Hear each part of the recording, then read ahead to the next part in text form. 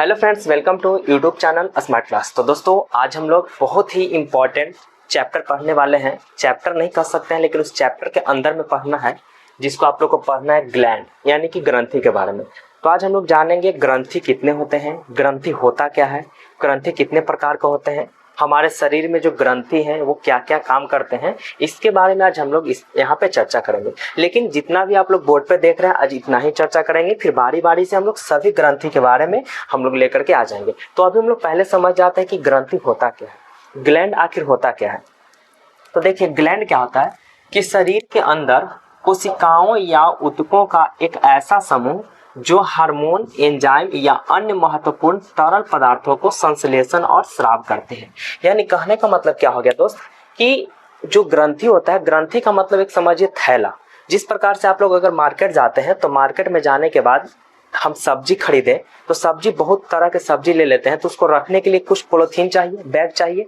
तो जिस बैग में वो सब्जी को रखते हैं तो वही मेरा कहला गया ग्रंथि। तो वहां पे हम लोग उसको थैला नाम दे दिए। तो उसी प्रकार से ये सब जितना भी चीज जो रखा हुआ है, जिस थैला में पैक है, उसी को हम लोग कहते हैं ग्रंथि। लेकिन उससे हार्मोन भी निकलता है, क्योंकि ये ग्रंथि जब है उसमें पैक है, ये पूरा ग्रंथि अगर इसमें पैक है तो जाहिर सी बात है कि इससे जितना भी जो हार्मोन निकलेगा वो सब ग्रंथि से ही निकलेगा। ठीक है, तो एक प्रकार का थैला मेरा है, थैला ही समझेंगे। तो क्या कहा गया कि शरीर के अंदर कोशिकाओं या ऊतकों का एक समूह है, जो कोशिका या ऊतक का बना हुआ है, जो हार्मोन, एंजाइम या अन्य महत्वपूर्ण तरल पदार्थों का संश्लेषण या स्राव करती है। यानी कि उसमें रखती भी है, उसको निकालते भी। थैला में हम लोग क्या करते हैं, मार्केट में जाते हैं तो उसमें हम लोग बैगन, आलू, भंटा जो भी रहता है डाल देते हैं, फिर उसके बाद घर पे हम लोग निकालते हैं, है ना। मतलब उसमें संश्लेषण भी कर रहे हैं, स्राव भी कर रहे हैं। तो यही मेरा कहलाता है क्या दोस्त, ग्लैंड। तो आप लोग को इतना समझ में आ गया होगा। अब हम लोग देखेंगे ग्लैंड कितने प्रकार के होते हैं। तो मुख्य तरह से ग्लैंड जो होता है वो 3 प्रकार का होता है। कौन कौन होता है, यहाँ पर देख सकते हो, बाह्यस्रावी ग्रंथि, अंतःस्रावी और एक आपका होता है मिश्रित ग्रंथि। ये 3 प्रकार का आपका ग्रंथि होता है। तो बाह्यस्रावी क्या होता है दोस्त, अंतःस्रावी क्या होता है और मिश्रित ग्रंथि क्या होता है, तीनों के बारे में हम लोग पढ़ेंगे। लेकिन पहले आज सिर्फ और सिर्फ इसके बारे में थोड़ा सा परिचय हो रहा है कि आखिर बाह्यस्रावी क्या होता है, अंतःस्रावी क्या होता है, मिश्रित क्या होता है। तो ये आपका बाह्य, अंतः और मिश्रित ग्रंथि के बारे में सिर्फ चर्चा किया गया है। जब अगले क्लास में आएंगे तो हम देख रहे हैं अंतःस्रावी जो 8 प्रकार का होता है, ये बारी बारी से एक दिन में एक एक चैप्टर को बहुत बढ़िया से समझाएंगे। मतलब एक एक ग्रंथि को कवर करेंगे, ऐसा नहीं कि एक ही बार में ढेर सारा ला करके बता देंगे। एक दिन में एक ही को हम कंप्लीट करेंगे। तो आप लोग भी इस प्रकार से एक एक ग्रंथि को कंप्लीट अच्छा से कर लीजिएगा। तो यहाँ पे बाह्यस्रावी में क्या होता है कि इससे एंजाइम निकलता है। देखिए, बाह्यस्रावी ग्रंथि और अंतःस्रावी ग्रंथि में क्या अंतर है कि बाह्यस्रावी से एंजाइम निकलेगा, लेकिन अंतःस्रावी ग्रंथि से हार्मोन निकलता है। ठीक है, अंतःस्रावी ग्रंथि से हार्मोन निकलेगा। तो बाह्यस्रावी में क्या होगा, यह एंजाइम ब्लड के संपर्क में नहीं रहता है। जब ब्लड के संपर्क में जो नहीं रहेगा वो आपका हो जाएगा बाह्यस्रावी। बाह्य और अंतः का मतलब ये नहीं समझिएगा कि बाह्यस्रावी का मतलब वो ग्रंथि जो है शरीर से बाहर रहेगा, ऐसा कुछ नहीं है। और अंतःस्रावी का मतलब ये नहीं कि शरीर के अंदर रहेगा, लेकिन एक्चुअल में है तो अंदर ना। तो इस वजह से मत समझिए कि अंतःस्रावी तो अंदर और बाह्यस्रावी तो बाहर, ऐसा नहीं होता। इसका पहचान क्या होता है कि इससे एंजाइम निकलेगा तो अंतःस्रावी से हार्मोन निकलेगा। दूसरा बात, ये सबसे इंपॉर्टेंट है, बाह्यस्रावी के लिए एंजाइम जो निकलता है वो ब्लड में नहीं रहेगा, ब्लड में संपर्क में नहीं रहेगा, ब्लड से टच ही नहीं होता है। इसके लिए एक अलग से नली गई हुई होती है, ठीक है ना। तो वो आपका हो जाता है बाह्यस्रावी में। यहाँ पे लिखा गया है इसमें अलग से नलिका पाया जाता है, जैसे में देख सकते हो, अश्रु ग्रंथि, दुग्ध ग्रंथि, पसीना इत्यादि। कहने का मतलब कि ये ब्लड के संपर्क में नहीं है, यानी इससे जो भी हार्मोन निकलेगा, इससे एंजाइम कहेंगे, हार्मोन तो अंतःस्रावी में होता है, इससे जो भी एंजाइम निकलेगा वो ब्लड के साथ नहीं आएगा। जैसे में देखते हैं, आंख से आंसू जब आता है तो आंख से आंसू आने के बाद आप लोग कभी देखें कि आंख से खून आया है, नहीं, क्योंकि ये जो है अलग से डक्ट होता है, अलग से नली होती है, तो वो आपका बाह्यस्रावी हो गया। तो आंसू से जो लैक्रिमल ग्रंथि होता है उससे आंसू आता है, तो उससे ब्लड नहीं निकलता है। तो जिससे ब्लड नहीं निकलेगा समझ जाइए कि वो आपका बाह्यस्रावी है। देखिए, दुग्ध ग्रंथि, जहां से दूध निकलता है तो उससे भी सिर्फ और सिर्फ दूध निकलता है, ना कि ब्लड आता है, तो आपका दुग्ध ग्रंथि। पसीना, हमारे शरीर से पसीना जब निकलता है तो पसीना से सिर्फ पानी की मात्रा निकलता है, ना कि खून। तो जहां पे ब्लड नहीं रहेगा समझिए बाह्यस्रावी ग्रंथि हो गया।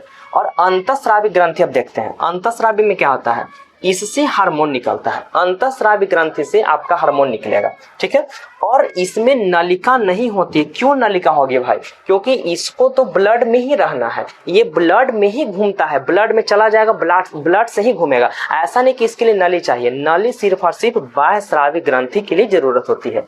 तो यहाँ पर देख सकते हो कि इसमें नलिका नहीं होती क्योंकि ये रक्त में मिलता है, लिखा हुआ है इससे निकलने वाले हार्मोन रक्त में जाकर के मिल जाता है। तो रक्त में जाकर के मिल गया तो इसका मतलब उसको कोई भी नली की जरूरत नहीं है। आई होप यहाँ तक आप लोग को समझ में जरूर आया होगा। अब यहाँ पे आगे बढ़ते हैं कि अंतःस्रावी ग्रंथि कितने प्रकार के होते हैं। तो अंतःस्रावी ग्रंथि आपका मुख्यतः 8 से 9 प्रकार होते हैं, लेकिन मुख्यतः हम लोग 8 प्रकार ही पढ़ेंगे, जिसको आप लोग देख सकते हैं। पहला पीयूष ग्रंथि। पीयूष ग्रंथि को हम लोग पिट्यूटरी ग्रंथि भी कहते हैं और इसको हम लोग मास्टर ग्रंथि भी कहते हैं। आखिर पीयूष ग्रंथि को मास्टर ग्रंथि क्यों कहा गया है? तो दोस्त यहाँ पे अभी हम नहीं चर्चा कर सकते, क्योंकि इसके लिए स्पेशली हम पीयूष ग्रंथि के बारे में लेकर के आएंगे और उसमें आप लोग को सब चीज बता दिया जाएगा। तो आप लोग धैर्य बना करके रखिएगा, ऐसा नहीं कि हड़बड़ा कदम अकबकार है, ऐसा कोई टेंशन नहीं लीजिएगा, सब आप लोग को बताया जाएगा। तो पहला हो गया पीयूष ग्रंथि, इसका एक और नाम है पिट्यूटरी ग्रंथि और एक और भी नाम है मास्टर ग्रंथि। दूसरा हो गया थायराइड ग्रंथि। थायराइड ग्रंथि को हम लोग अबटू ग्रंथि के नाम से भी जानते हैं, ठीक है। थायराइड ग्रंथि का हम लोग अबटू ग्रंथि के नाम से भी जानते हैं। तीसरा आपका हो गया मित्र पाराथायराइड ग्रंथि, या इसको हम लोग पारा अबटू ग्रंथि भी कहते हैं। तो पाराथायराइड ग्रंथि में देखिएगा कहीं कहीं बुक में पैराथायराइड लिखा रहेगा और कहीं कहीं बुक में पैरा अबटू रहेगा, ठीक है। तो जो पाराथायराइड तो पारा अबटू, अगर पैराथायराइड तो पैरा अबटू, इस बात को जरूर ध्यान रखें। अधिकतर सारे बुक में, बहुत सारे बुक में पैरा भी लिखा होता है, तो वो आप लोग समझ जाइएगा। तो ये आपका तीसरा हो गया पैराथायराइड ग्रंथि। ये तीनों ग्रंथि होता क्या है, तो ये सब की चीज में बारी बारी से मैं बता दूंगा। तो अभी आप लोग इंतजार करिए, अभी इतना आप लोग समझ जाइए कि अगर तीनों ग्रंथि यहाँ पे क्या क्या काम करता है, उसके बाद बारी बारी से अगले क्लास में लेकर के आ जाएंगे। चौथा आपका होता है मित्र एड्रीनल ग्रंथि, ठीक है। पांचवा आपका होता है थाइमस ग्रंथि। छठा होता है पेनियल। सातवां होता है लैंगरहैंस की द्वीपिकाएं जो कि अग्नाशय में होता है। और एक आपका आठवां हो गया जनन ग्रंथि। जनन ग्रंथि वैसे भी क्लास 10th के तीसरा चैप्टर रिप्रोडक्शन में पढ़ना है, तो यहाँ पे हम लोग सिर्फ और सिर्फ इसके छोटा छोटा पार्ट को सीखेंगे, बाकी तीसरा चैप्टर में जनन ग्रंथि ही हम लोग को पढ़ना है। टोटल इसमें तो खैर ग्लैंड है, उसमें जनन किस प्रकार से, तो उसके बारे में पढ़ना। तो इस चैप्टर में हम लोग ग्लैंड के बारे में टोटल अच्छा से कंप्लीट करेंगे। तो आप लोग यहाँ अंतःस्रावी भी अच्छे से समझ गए होंगे। आप समझते हैं मिश्रित ग्रंथि क्या होता है। मिश्रित ग्रंथि के बारे में आप लोग देख सकते हो। मिश्रित ग्रंथि क्या होता है? मिश्रित का मतलब मिला हुआ। मिश्रित का मतलब मिला हुआ कहने का मतलब हो गया कि इस ग्रंथि से ना हार्मोन भी निकलेगा और साथ साथ में एंजाइम भी रहता है, तो दोनों एक ही बार नहीं निकलता। ये कहने का मतलब मत समझिए कि दोनों एक ही बार निकलेगा।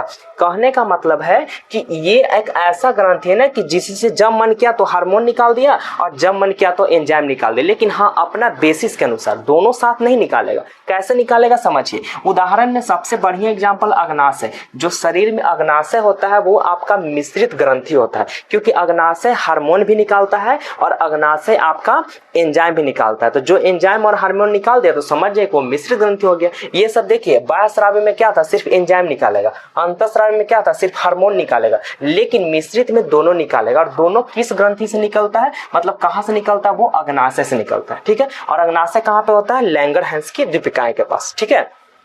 चलिए अब देखेंगे दूसरा पॉइंट। अग्नाशय का अधिकांश हिस्सा यानी कि 99% जो होता है ना, वो बाह्यस्रावी ग्रंथि का हिस्सा होता है। तो समझ जाइए कि अग्नाशय में 1% सिर्फ और सिर्फ 1% ऐसा है जो कि अंतःस्रावी है। 1% आपका अंतःस्रावी ग्रंथि है। इसका मतलब कि अग्नाशय से सबसे ज्यादा बाह्यस्रावी है। इसका मतलब अग्नाशय तो पक्का श्योर है कि वो ब्लड के संपर्क में नहीं रहेगा। 99% जो है ब्लड के संपर्क में नहीं आता, लेकिन 1% ना ब्लड के संपर्क में आ जाता है। तो कहाँ पे आता है, इसको भी नीचे चर्चा की है। तो अभी इस बात को आप लोग समझ गए होंगे कि अग्नाशय का जो 99% हिस्सा है ना, वो बाह्यस्रावी में चला जाता है। और तीसरा पॉइंट लेके हैं, यह ट्रिप्सिन, लाइपेज एवं एमाइलेज का भी स्राव करता है। यानी कहने का मतलब ये देखिए, जब आप लोग देख रहे हैं ना ट्रिप्सिन, लाइपेज और एमाइलेज, ये आपका क्या है, ये आपका क्या है, ये आपका एंजाइम है। ये आपका क्या है, एंजाइम है। तो देखिए ट्रिप्सिन जो है आपका एंजाइम है जो कि अग्नाशय से निकलता है। लाइपेज भी एंजाइम है जो कि अग्नाशय से निकलता है। एमाइलेज भी एंजाइम है जो कि अग्नाशय से निकलता है। और अग्नाशय से निकल के ये सब चला जाता है छोटी आंत में, और छोटी आंत में पचाने का काम करता है। अब ये समझिए कि आखिर ट्रिप्सिन किसको पचाता है, लाइपेज किसको पचाता है, और एमाइलेज जो है एंजाइम किसको पचाता है। तो ट्रिप्सिन किसको पचाएगा दोस्त, देख सकते हो ट्रिप्सिन जो है प्रोटीन का पाचन करेगा, शरीर में जैसी जाएगा खाना तो प्रोटीन को पचाएगा। तो कहाँ पचाता है? छोटी आंत में पचाता है, ठीक है, डायरेक्टली छोटी आंत में ही काम करेगा। तो ट्रिप्सिन क्या करता है? प्रोटीन का पाचन करता है। लाइपेज की क्या करता है दोस्त? वसा का पाचन करेगा। और एमाइलेज क्या करता है? वो कार्बोहाइड्रेट का पाचन करता है। एमाइलेज कार्बोहाइड्रेट का पाचन करेगा। तो यहाँ पे आप लोग समझ गए होंगे तीनों जो है क्या है? एंजाइम है। अब हार्मोन का बात समझिए। अग्नाशय का 1% हिस्सा जो होता है वो अंतःस्रावी ग्रंथि का हिस्सा होता है। 1% ही अंतःस्रावी है जो कि इंसुलिन हार्मोन का स्रावन करता है। यहाँ से इंसुलिन हार्मोन निकालता है, जो कि यहाँ पे आप लोग देख रहे हो, यहाँ पे इंसुलिन हार्मोन यहाँ पे निकलेगा। और एक 5वां पॉइंट है कि इंसुलिन हार्मोन शरीर में रक्त यानी शर्करा यानी कि ब्लड के शुगर को ब्लड शुगर के स्तर को क्या करता है? नियंत्रित करता है। यानी इंसुलिन हार्मोन क्या करेगा? इंसुलिन हार्मोन का कार्य होता है ये रक्त के शर्करा को, जो ब्लड में जो शुगर रहेगा, ब्लड शुगर को मेंटेन करता है, नियंत्रित करता है। तो देखिए हो गया ना यहाँ पे मिश्रित ग्रंथि। क्यों? क्योंकि यहाँ पे देखिए इंसुलिन हार्मोन है, यहाँ पे देख सकते हो इंसुलिन हार्मोन है, तो ये आपका बात हो गया। और यहाँ पे ट्रिप्सिन, लाइपेज, एमाइलेज जो आपका हो गया एंजाइम, तो तीनों दोनों चीज यहाँ पे मिला हुआ था। इस प्रकार से मिश्रित ग्रंथि था और इसका काम ये आपका ये था। तो ये आपका था मिश्रित ग्रंथि, ये आपका था बाह्यस्रावी और ये आपका अंतःस्रावी। तो हम लोग कल की क्लास में हम लोग बारी बारी से यहाँ पर जो देख रहे हो पीयूष ग्रंथि, थायराइड, जितना भी 8 प्रकार का ग्लैंड है, बिल्कुल ही डिटेल तरीका से और शानदार तरीका से हम समझाने के प्रयास करेंगे। दोस्तों वीडियो अगर अच्छी लगे तो वीडियो को लाइक जरूर कर दीजिएगा और चैनल पर पहली बार है तो इस पर सब्सक्राइब भी जरूर करिएगा। तो चलिए मिलते हैं कल के क्लास में। आज के लिए bye bye and take care.